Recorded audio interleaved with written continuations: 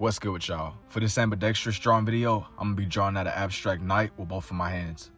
Or to be honest, it was that originally. I started off drawing a knight and he was drawing his sword, but this one kind of just evolved into something a lot more chaotic.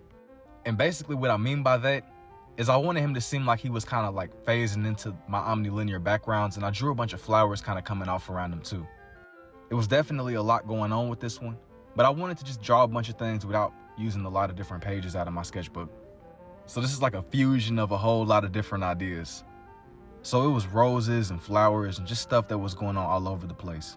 As I was drawing this, I was just looking at a whole lot of different pictures, and I stumbled across some random picture of a cat named Larry. I was messing with Larry's vibe, so I decided to add him into this chaos, man. The funny thing is though, the more that I draw, the wider my range gets. So I'm able to start doing things that I normally wouldn't have even thought to be possible. Or at least bring together ideas that don't make sense. This is gonna be something a little bit down the line that I would really like to do, is I wanna experiment more with shapes. And I wanna be able to get to the point where I don't even need to look at 1,000 different references to get an idea for what I'm gonna draw.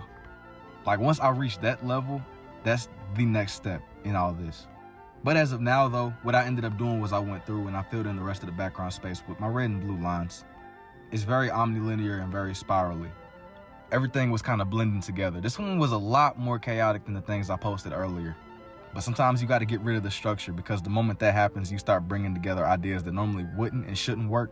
But if you can make them come together, it can definitely get very interesting. There were certain points too, whenever I was going through, I didn't want to go over any of the flower petals too much.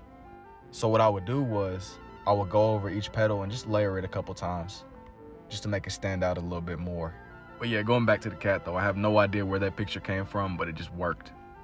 It worked in a super chaotic type of way, but I messed with it because it added some much needed variety to this.